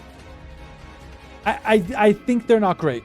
I don't think they're great. I do think they at least fit within the game. They look cool. I like their big flaming horns. It's cool, but I don't think the fight is that great, man. I just don't. There's not really a whole lot worth it to stand there and fight it face on. So really, like, the easiest way to fight it for me is to just chase it around, and then you get it stuck in this infinite loop of, like, it turning itself, trying to do sharp turns while I stab it in the butt until it dies. Seriously. So, like, it's not great, and neither one are great. Why do you say that? I'm curious about what Wildy Jordan says, because I heard another guy commented on my video, and he's stuck on the bull. I don't get it. I showed my friend you killing the guy in the field of flowers, and he said you were a god without me even prompting. I know, see? Listen, I don't make it up. I don't just wake up one day and say I'm a god. It just comes with the territory when you live the kind of lifestyle that I do. That's all. Okay. Now, I think Serena did nail the bull right on the head, though. The problem is a lack of diversity with the moves. Okay. It's kind of a one-note boss. It doesn't have anything. Like, if I start chasing it around, it doesn't have any way to combat me. It can't do anything, which I guess is, like, kind of realistic because it's like a bull, but, like, it doesn't mean it's fun. It's not. It's not very fun. I don't think it's great. You've got 2 of them. The only thing I'll say is I like that for the Sakura version of the bull of the palace. They did make it look a little different, you know. It's not like they just gave it red eyes. It's at least a little bit different too. But still, I don't think they're great. I think they're going to be...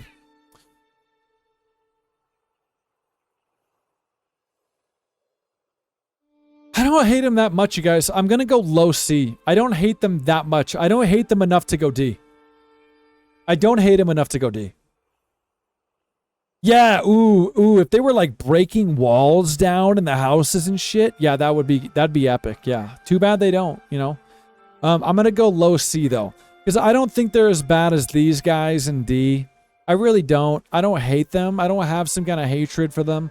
And I can get through them easy enough now to where I just don't care. They're just kind of like an afterthought, you know. They're going to go lowest C. I can't put them below Okami because who the hell is this guy, you know? In any of these, I can't. They're going to go low C. Corinto agrees. Low C. Now, we're almost all to epic ones left. I'm going to knock out two that aren't that epic. Spoiler. Okay. The Shichimen warrior. The Shichimen warrior. I hate these guys. I'm not kidding. I do. I hate them. I don't hate them quite as bad as the Headless, but I do not like these guys. It's kind of the same idea as a Headless. Kind of. Where it's like all terror-based mechanic. That's like the whole fight is terror. But he's like a, you know, he's a spellcaster this time. So he flies around and shoots projectiles at you too. Luckily, you're not forced to walk, so I don't hate it as much as the Headless. Is it the one free death blow from this guy? Because I tried it this time, Wildy. It didn't work. If you're talking about the guy in the Fountainhead Palace, I tried it multiple times. I don't know if it got patched out or what, but I could not drop on him and get the death blow. I even did the Gachin sugar and went low key, went ninja feet. I put on my socks and slippers and tried it. Still didn't work. Yeah, I don't like him. I don't think it's good. I don't think it's very fun. But again, counter to the Headless, I think they do give you Prayer Bead, which is better. It's more worth it. They do have 2 death blows, I believe, as well. I might be wrong. Can't remember. It's just not that memorable. I don't love it. I don't love it. But it's better than Headless. It's better than this leader. It's better than Okami leader. I don't even think it's better than Bull, you guys. I'm going to go D. I'm going to go highest D.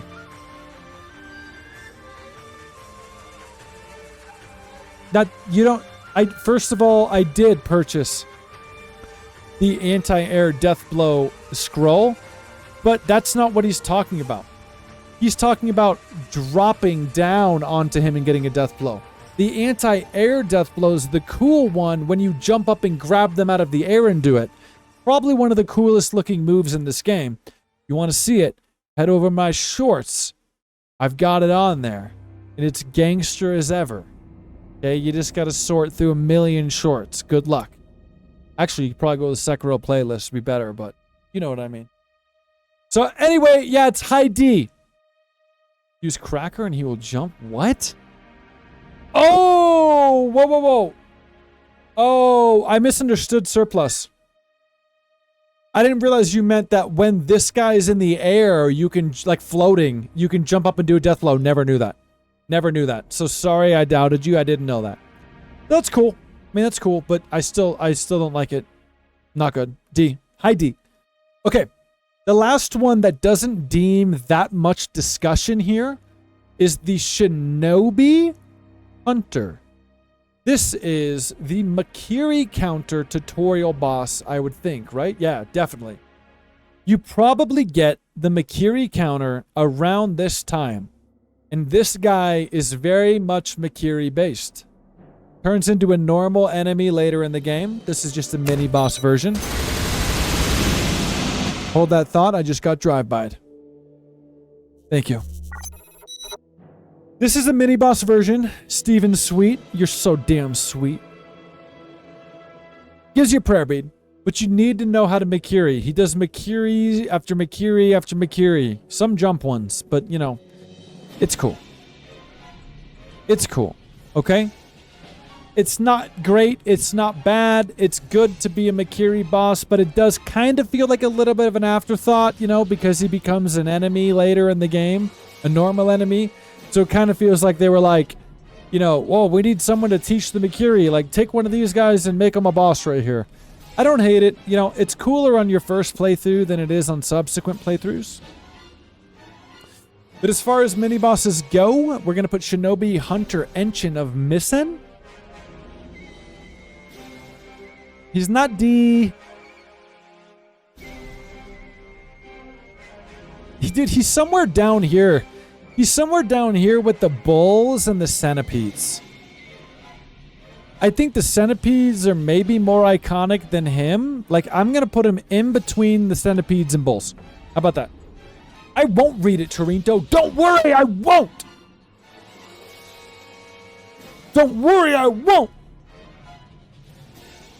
So anyway, yeah, he's going to go low C. He's above bulls, he's below centipedes, okay? Now, everything that's left deems a pretty good little discussion summary.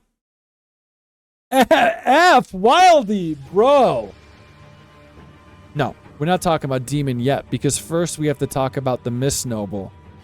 I feel like this might also be a misnomer. Just kidding. Misnoble. And I think it might be a kind of a point of contention for some people. Right? Misnoble. I don't even know if you'd call it a gimmick boss as much as it is a non-boss. He tries to fight back. But listen. Even in comments and stuff, I've seen people say things like, The Mist Noble is the worst boss in the game. Like, everything is good in the game other than the Mist Noble. Why is it bad? What's bad about the Mist Noble? Can anybody tell me? Like, why does every boss need to be some, like, absolute grind fest? Like, that would be, like, unrealistic. It's at least more believable in this world that not everything is going to be goddamn Sword Saint Ishin. You know what I mean? You hear the flute? Mist Noble coming in. I think the Mist Noble's cool for a couple reasons. I think the Mist Noble is tied to that whole area where it's like playing the flute and creating the illusion and the mist and stuff. I think it's cool that it's like, it's very weird making your way to the Mist Noble, you know, all the spirits in that area. And then you find your way in and you see the Mist Noble down there and you hop down, you realize it's a boss, but then you realize that it can't do anything and it starts trying to attack you like it's your like drunk grandpa on Thanksgiving, like and it can't do anything. You know, the noble can't defend itself. Yeah, I guess she can bite you, but it's not a boss. It's like a like a lore boss, you know? So you kill it, but then the other cool thing is I think you kill it, which breaks the spell. It breaks the illusion, and the fog and the mists like lift. But then even the house that you're in, which was like this nice house, is now like dilapidated and broken and in ruins because it was all like an illusion. I just thought it was cool. I think it's cool. And then it's on your way down to the Mibu village. I just like, I like this boss in relation to like the environment and the journey you're going on. I think it's cool. I think it has a place within the story and within your experience. I just do. Again, like I say, how memorable they are. I don't forget the Mist Noble because it even has that appeal of like catching you off guard. Like, oh, wow, this thing can't defend itself. Okay, like it's just cool. It's not like the covetous demon in Dark Souls 2, which can't defend itself, but it clearly seems like it's supposed to defend itself. It's just dumb. It's stupid. I like the Mist Noble, but I don't think it's like amazing. I think it's like a B. I feel good putting it with folding screen monkeys. I think it's folding screen monkeys. Folding screen monkeys are a little bit cooler to me even. But Mist Noble's up there. Yeah, this is a Mass Effect tier list. Yep. These are all of the romance options in the Mass Effect trilogy. Michael, thank you. Mist Noble, low B. Low B tier. Gotcha? Gotcha. Now, I can say beyond a shadow of a doubt that all of the ones left are absolutely ridiculous. Absolutely ridiculous. Okay, I'm going to put all the inner ones to the front because it's a whole different conversation. Okay, now, I'm going to start with Lady Orin of the Water. This is a mini-boss, prayer bead, mini-boss, bucket head crying lady, playing a what? It's not a lute. What is it? Somebody said it when we were there. This boss is so damn cool. I have a feeling that I like this mini-boss more than other people like this mini-boss. This is probably one of, if not my favorite, mini-bosses. Lady Orin of the Water you will find at the end of the Mibu village right before the corrupted monk. Onion Bro's long-lost cousin. No, not quite. Not quite.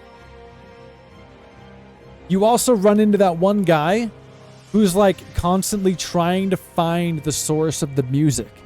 And you keep finding him closer and closer and closer until you get to Lady Orin. Now, quick side note, I need to just say this on this video. I know I've already told all you guys in the chat a couple times while we were playing, but just on the off chance that anybody's watching this randomly and they know an answer for me, hear me out. The guy that is like following the sound of the music, you know, he's the guy that you can end up like doing a couple things with, right? Like you either find him by Lady Orin dead, or you can send him to that creepy doctor butcher guy, and then the whole carp eyes thing happens, and you can fight a spirit form of him with the carp eyes. But I, for some reason, have this memory of a playthrough that I did. I'm lazy, and I still didn't go back and look at my playthroughs on my channel to check, because I think it's on there somewhere. I really do. But I have this memory where I somehow killed Lady Orin of the Water. And then I came across, after that, I came across that guy who had some dialogue about being mad that I ended the music, and he fought me. He fought me. I also played a mod at one point, so I maybe it was the mod, but for some reason I just don't think it was. And he said something about like being mad that I was the reason the music stopped, and you fight him, but not in spirit form. So I got this memory. If anybody can like vouch for that or confirm or deny, you know, maybe we can then realize it was the mod. I don't know. Just wanted to say it, okay? I love Lady Orin of the Water. It's another parry boss. You walk up to her. Walking up to her is one of the most vibey, coolest things in this game to me. She's standing there with her basket on her head. She's playing her music. You hear it from afar. It's like haunting. And you see her standing there in this just cool area, man. It's such a vibe. And you walk up, and she's crying, and you can ask why she cries. And she tells you that Lord so-and-so, I don't know, she's got some kind of romantic thing going on, whatever. And then you fight her. And it's just so cool, man. It's like a beautiful fight. It's kind of like Emma, the way that she like stays back and then boom, comes in with a bunch of fast ones. She's like a spirit, so you can't really hit her a lot. Like 80% of the time, she's like transparent and you can't hit her. So you have to get good at the parries and the head bounces. I just love this fight. Love this fight. Let me see what else. Well, dude, Torrento, you gotta remember. Oh, the instrument's a shamisen. Thank you. I probably pronounced it wrong, but I think she's cooler than Miss Noble. She's cooler than Folding Screen. She's cooler than this duo, Headless Ape. She's cooler than Ashina Elite. She's cooler than Snake Eyes. She's cooler than... Now it's getting close. Now it's getting close. Is she cooler than Corrupted Monk and Dragon? I don't know. I don't think so. It's hard because like it's almost like I wish we could split the mini bosses from the bosses.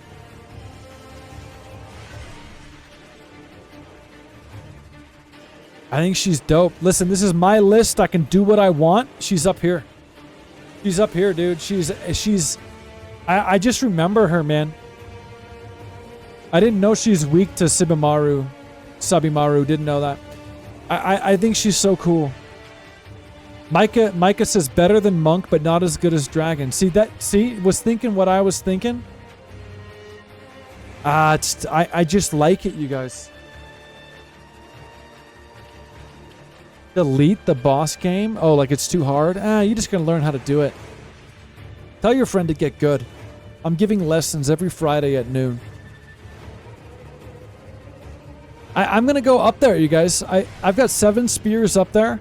There's no reason I can't put Lady Orin up there if I've got 7 spears up there. I think she's just so cool.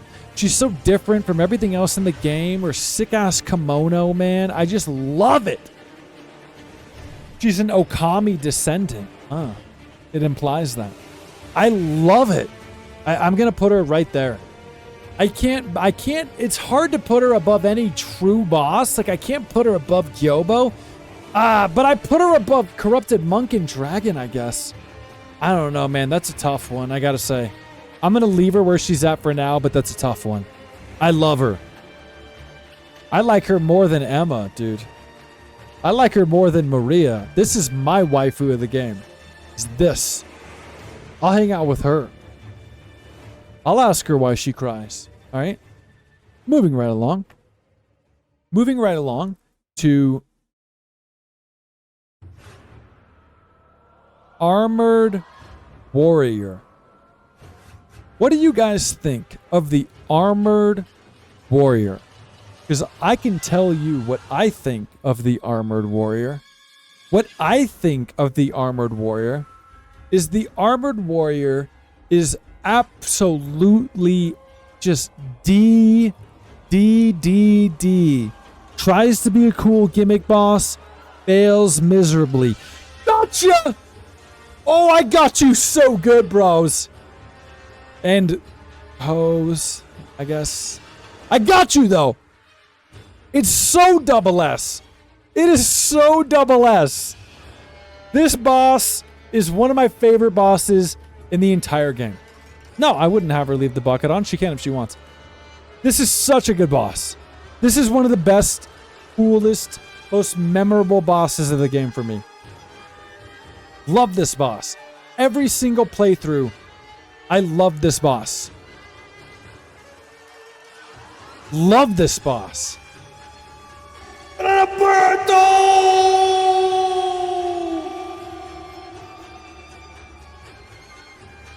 It's so good, dude. It's so good.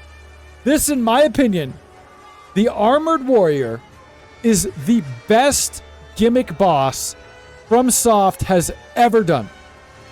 Ever done. This is the pinnacle of gimmick bosses. So let's explain it. So you get through the Senpou Temple, which, by the way, even leading up to the Senpou Temple, you've got some little hints of some lore. You've got the Firecrackers prosthetic, which you can buy Robert's Firecrackers. I don't remember if it's Roberto or he just calls them Roberto. I think it's Robert's Firecrackers. So you don't really know why they're called that, you know, and you're just like, whatever, at this point of the game you're playing. And then you get up through the Senpou Temple and you get to this wooden bridge. And you start walking out on this bridge. And this motherfucker walks out like an absolute Dark Souls boss, just total unit. Just walks out and is like, nope. You're not crossing this bridge. No. And so then you got to fight him, right? And at this point, you're still kind of in the dark. You're just like, what is going on, dude? What? It catches you so off guard. And then you learn as you start fighting him, you know, you're trying to parry him, you're hitting him, and you realize that you're not doing any damage. You can't hurt him. He does a you shall not pass, and you realize you can't hurt him. And then he even confirms it and is like, look at this armor, bro. Y'all katanas can't hurt me, dog, dude. I'm like from over across the seas, homie. I'm a European homie with this armor, bro. You cannot cup me. You can't cup me. So then when you finally break his posture enough, it gives you a death blow. But again, you realize you can't kill him. All you can do is like get up on top of him and launch off him to push him. So then it starts to click. And you realize at this point, because it's just so ingeniously designed, because this guy's got this massive greatsword, he's swinging and slamming it everywhere, the bridge like starts to break, and you can see that you can fall off the edge. So then it clicks in your brain, okay, let me try to push him off the edge. So then the whole gimmick is you need to try to whittle his posture down while like positioning him at the right time for when the death blow triggers that you can push him off the edge. That's the goal. Right, it feels so good when you figure it out. But then he falls, and what happens when he falls? He falls and yells, Roberto!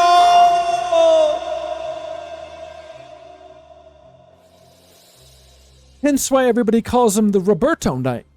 And then your mind is like, wait, what? Then you're like, what did I just do? So I think Surplus nailed it here. The lore is perfect. The fight is perfect. The arena is perfect. You can hear him thump too. If you wait after the screen shakes and he thumps. It's just so good, dude. It's so good, man. It is like, it's like the perfect boss fight. It's so creative. It's so unique. It's like an armored knight, but in Sekiro, it's like a little taste of Dark Souls. I love it. Bro, Roberto is his son. So let's drop some knowledge. Let's drop some knowledge on Micah, and you're going to like him even more, okay? Roberto, or Robert, is his son, and his son is sick. So they traveled from across the seas, most likely, based on, you know, his outfit style. But they traveled across the seas to try to cure his son by using the rejuvenating waters of the Fountainhead Palace. So he came here to try to heal his son. Dude, I'm gonna cry about it. You guys think Life is Strange is gonna make me cry? This guy is what makes me cry. This is some gangster ass shit. Y'all better recognize. This is some real shit. So he comes here trying to cure his son in the rejuvenating waters. And that's why, I guess it's like, you know, kind of theorized, Robert's firecrackers that you can buy, it's like they were funding, or at least helping them fund their journey by selling these firecrackers. So in essence, you killed him and you have ended their journey now. Who knows what happens to Robert? Who knows? I don't know. Maybe somebody knows. Someone hit up Vachividya. I don't know. We know what happens to the dad. He's dead. I don't even know why he insists on fighting us on this bridge. Like, we didn't, like, call him out. Surplus, when we were here that day, said something about, like, making a deal with the monks that if he killed 50-something, they would take him to the waters. But I don't know if that's, like, a theory or if that's confirmed. I don't know. But everything else I said is pretty damn confirmed. Yep, it feels bad. There, see, Whitney just said it. The monks of the temple said if the knight was to kill several hundreds, he can gain access to the temple. So he's out here trying to get access to the waters. He's got a righteous cause. So it's a little bit like Sif vibes, you know? Like, you feel bad after you know what happened. It's just so deep. There's so many layers. It's like, this guy is the true onion, bro, of the game. Not in sense of the character, but the layers of the onion. I love this fight. I think it's so goddamn good, man. It's just so cool. Oh, it's so goddamn memorable. It's so double S. It's up here for me. It's up here for me, man. Oh, dude, it's just so good. All right. Now, down to our last final few. That's the thing, Micah. There's more lore in this game than people realize. And listen, if anybody uses TikTok, doesn't follow me, go hit me up and follow me. You can get in on a lot of the conversations there. I like to get a lot of conversations in the comments, you know. And you'll get a lot of people that will say, you know, Sekiro's not a Souls game. But one of the reasons they use is they will literally say things like there's not like as rich of a lore to unravel and in the world and all this. But it's like baffling to me because there is. People just don't know where to look. And I'm not some kind of genius, dude. All I did is I've played this game like 5 times and I've watched Vachividyas and lore stuff and read about it, just like I've done with Bloodborne, because I like it so much. And when you actually take the time to do that, I'm telling you, like, there's not only just as much in this game, but to me it feels more well thought out. It's more well put together to be. Bloodborne's good too, but it's more tied together. I just feel like this is like it's like a real thing, man. I love it. Like the fish. People don't know about the fish. Like when you kill the carp and then it winds up in the watering hole. Like things like that. It's harder to discover these things without external help, but it's there. It's there, just like it is in Dark Souls, just like it is in Bloodborne, just like it is in Elden Ring. You got to be reading item descriptions, and then I will say this. In fact, real experience. Check this out. This is going to be a little bit of a side note ramble, so sorry for anybody that's just here for the tier list, but really, really fast, because you did bring up Yeah, Micah. Someone type it in the chat so you spell it right. Vatavidya watch his videos. If you're into Souls lore, that's pretty much just the main recommendation. He's got one for like every Souls game, and the guy's so good. His videos are so good. I don't even know how he figures some of this stuff out, but he does. He's very smart. His videos are so well made. Can't recommend it enough. Thank you. But now back when I was discussing whether or not Sekiro is a Souls game, Real Experience did say at one point, well, by that account, then Monster Hunter is a Souls game. But no, it's not. And to me, it's not because of what you just said. Because the story is shoved down your throat till you ask him to stop. And this is at the moment that I realize that people want different things out of the Souls games. And that's fair. And that's human nature. So to some people, it's not a Souls game if there's no character creation, stats and builds, and even like a dedicated role with iframes, you know? But I think for me, and that's why I say this, those are the things that are the least unique about Souls games to me. So many RPGs have stats and builds and iframes and rolls and dodges. So I focus on what I like the most out of Souls games, and what that is at the end of the day isn't just the punishing but satisfying combat and stuff. It's even more so like these vague universes and these worlds and characters you can unravel by reading like item descriptions and talking with the community. And that is what makes a true Souls game to me.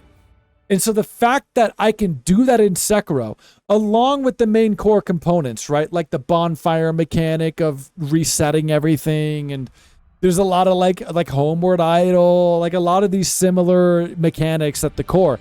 But because it feels like that with the lore and the world, that's what makes a Souls game for me. And that is why Sekiro is not only a Souls game, it's the best one for me. I love it. I love it. Now, let's finish this up.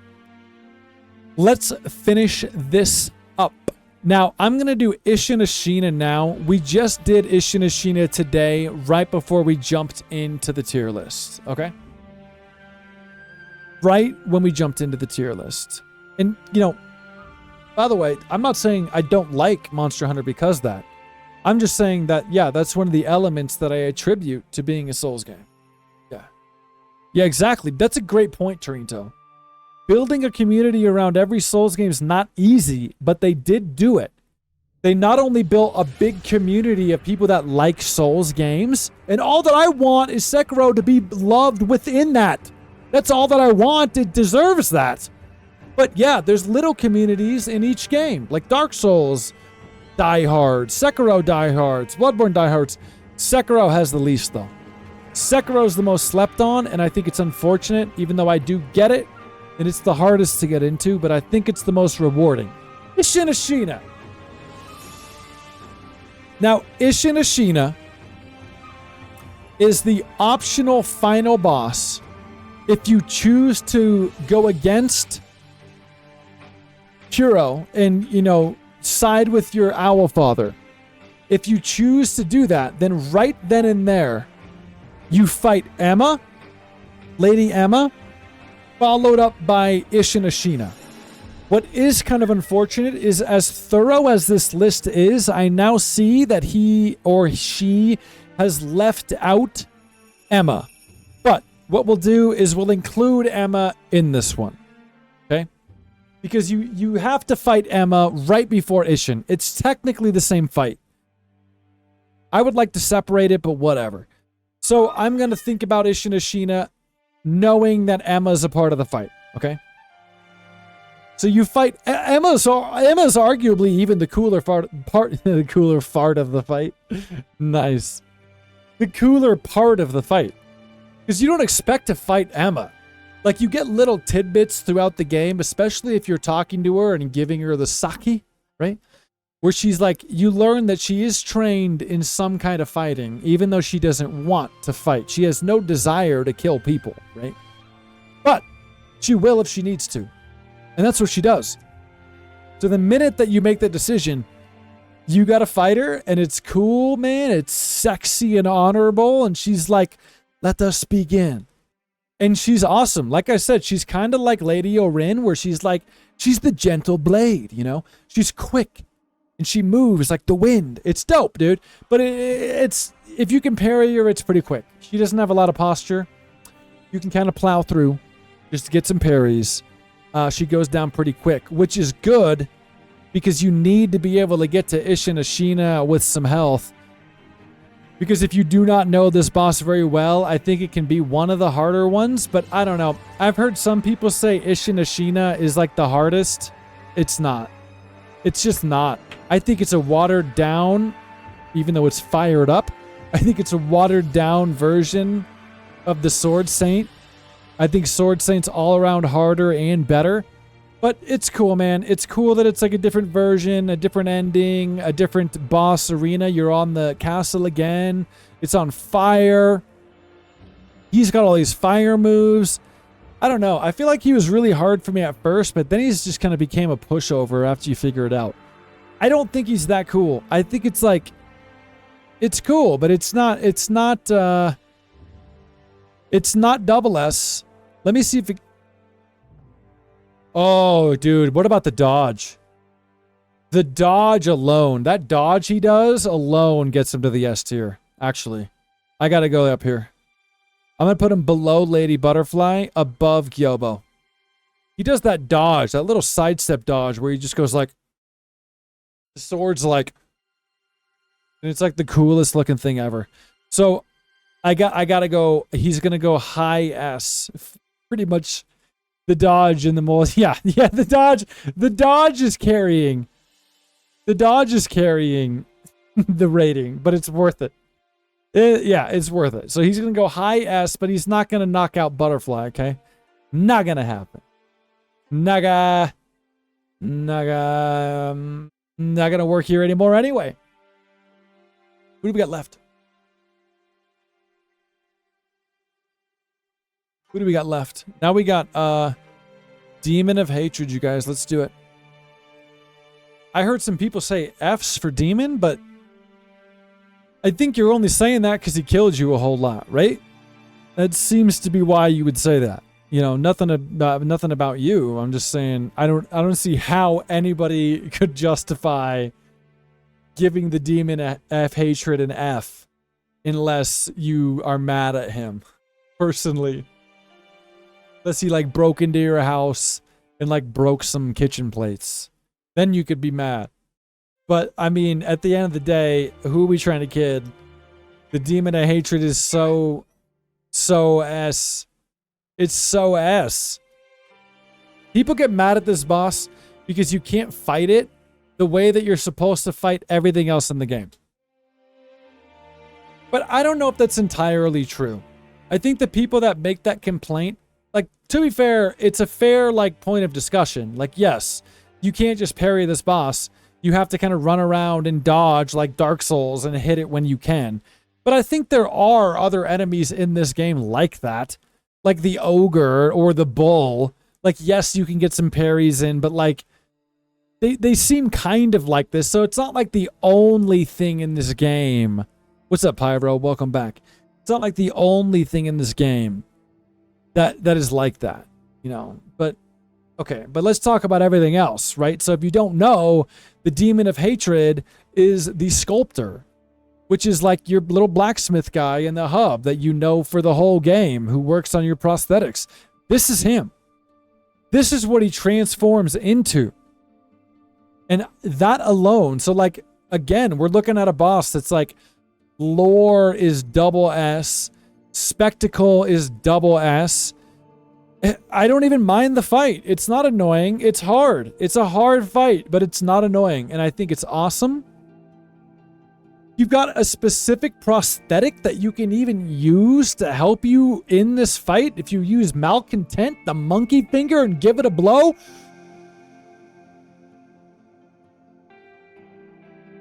It's awesome. It's so cool, man. It's double S again. I told you there's going to be a lot. I don't have much else to say. And then when you kill him, he thanks you. That's one thing we should just notice. A lot of the enemies in this game, when you kill them, they thank you. It's like everything in this world wants to die. And you're just helping them. You're helping them die. You know? Look at all these top S. All right. Let's get this going. So now, last one we're truly going to do here, and I'll explain why. I'll explain what these are to you, but hold on. Ishin, the Sword Saint boss. Ishin, the Sword Saint boss. The final boss of the main ending of the game. I think this is FromSoft's best final boss they've ever done. I mean, what else? There's no other final boss that beats this. There's just not. The Elden Beast flopped. Dark Souls 3, unless you include Slave Knight Gale, it's still not this level. That's DLC. Bloodborne, unless you include Orphan of Kos, it's just still not anywhere near this.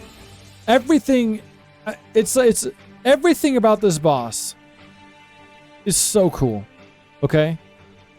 It's to the point where I almost wish we made another row on the tier list just to put him in it. It's just the best, you guys. It's the best. So you fight. This is the final boss, and you fight him in that same like field that you fought Genichiro at the beginning. And again, you fight Genichiro in phase 1 here. Also cool. But then Grandpa here literally like, so it's just such a cool cutscene too. Cuts himself in the neck, and then Ishin climbs out of his body. It's just like, what the hell is going on? And then it is one of the coolest fights I think I've ever seen in a video game. It is hard. It is brutal. I know people personally that have been stuck on this boss for months at a time and just put the game down. Put the game down. And then it came back. It is so good. It is such a good ending to the game. There is no other FromSoft game that has a stronger final boss with a stronger ending. There's just not. Yeah, he broke the mold of the meh final bosses. Exactly. It is such an epic conclusion. And I just love the fight so much. It's so good. And then every phase is different. He gets more aggressive in every goddamn phase. It's so cool. He's got such style, such pizzazz. And then he takes out the big spear. And he's got the gun. Dude, he's the Glock Saint. He starts popping caps at you while running at you. Like pop, pop, pop, pop. It's crazy. It's crazy. And then he starts doing lightning. I just love this boss. I love when you get to kill him at the end and he kind of just takes to knee. It's like the epitome of just badass, like, okay, you beat me. I take a knee. Go ahead and kill me. I love it, dude. I love it, dude. It's just S. Let's just stop talking about it. It's just completely S. It's the highest S. I think it's the only one that I can put above these other ones. And then, so real fast. Yeah, he climbs out of his grandson, which is a sentence, I guess, out of context is really bad. But it's not like that. Now, we've got no F, mostly because we made a new tier, but it's okay. I feel confident about this. And now, again, if you look at, like, if we didn't make a new double S, you'd have pretty much all of these in S. So it's confirmed my expectation that pretty much the majority of these were going to be high up. Okay? So, no, we're done, Fat Mo, because let me explain. Inner Father, Inner Genichiro, Inner Ishin are different versions of them that you fight after beating the game, and then you can do boss gauntlets, and that's these version of them. I will say they're much harder. I've beat them all. I've beat all the boss gauntlets, okay? So I can speak on it. I've got the videos, but they're not so different that I would like rank them differently. You know what I mean? Like, because I'm ranking all these bosses on like memorability, how legendary they are. Like, it's not just difficulty. So the fact that like you give me the same boss, the same memorable stuff and set piece and all this, but then he's a little bit harder and he's got new moves, I can't give him a different tier, dude. Like, I can't do it, man. Yeah, I've got the videos, believe me. They're up, they're on the channel, but so I can't do it. They would go to the same spots that their counterparts go to here. But I will say that they did kind of go a little bit extra. They didn't just like give him like more health or another death blow. They actually did change some of the moves in creative ways. It's like, it's the closest thing that Sekiro ever got to a DLC, is they added these to the game. I don't think these were in the game in the vanilla version. They added these in. So it's the closest thing Sekiro ever got to a DLC. And it's not quite, obviously, a DLC, but it's also not just like a patch. Like, they do have new moves, and it's even creative enough to where, like, the developers thought, okay, the player is used to Mikiri countering this move, so this time, let's throw in a gotcha, and if the Mikiri, he goes this way. Like, they throw in these little roadblocks, these little speed bumps, if you will, to where, like, if you fall into a pattern of fighting them based on memory, they'll trip you up. And I think that's cool. I think that's a cool little touch, you know? But still, at the end of the day, it's not like it's anything like that's world-changing. So I'm not going to put them anywhere on the list. They would be where the normal ones are. I think Great Serpent's not a boss. Colored Carp's not a boss. So that's why we're leaving these out. So with that said, you have now witnessed, bear witness, the quintessential Sekiro Shadows Die Twice boss tier list, ranked, plus mini bosses, and I think we've got a decent spread. I'm very confident with how this is laid out. I will say, I could, you know, if I sat here for hours, I could go back and forth. Like, everything up here in the double S, it's just like, other than Ishin the Sword Saint being at the very top, other than that, you can pretty much move any of these around and they still are fine. They're all just phenomenal, you know? So there you go. Got a lot of S's, lot of double S's, lot of A's, a little bit of B's, a lot of C's in there for the mini bosses. That's okay. That's only because they're compared to these up here, you know? Some D's, no F's. I really don't even think I would have put anything F, even if I can't. I don't think any of these are F. They're just D's. So there you go, you guys. Thank you. This actually is an epic moment because this is the end of the Souls Marathon, you guys. We have now done, if you don't know, if you're coming into this video randomly, we have now done every single Souls game almost back to back to back, live streamed it all, and did a tier list for each and every one, including all the DLCs. So we have now done every single Souls game. I stand by the fact that Sekiro is my favorite one overall. It probably always will be. Bloodborne's probably my second. And then we get into Elden Ring as my third probably, followed by Dark Souls 3. Dark Souls 1, then followed by Dark Souls 3, then Demon Souls goes in here somewhere too. That remake was pretty good, actually. Dark Souls 2 at the bottom. I hate to say it, I still got Dark Souls 2 at the bottom, but I don't hate it.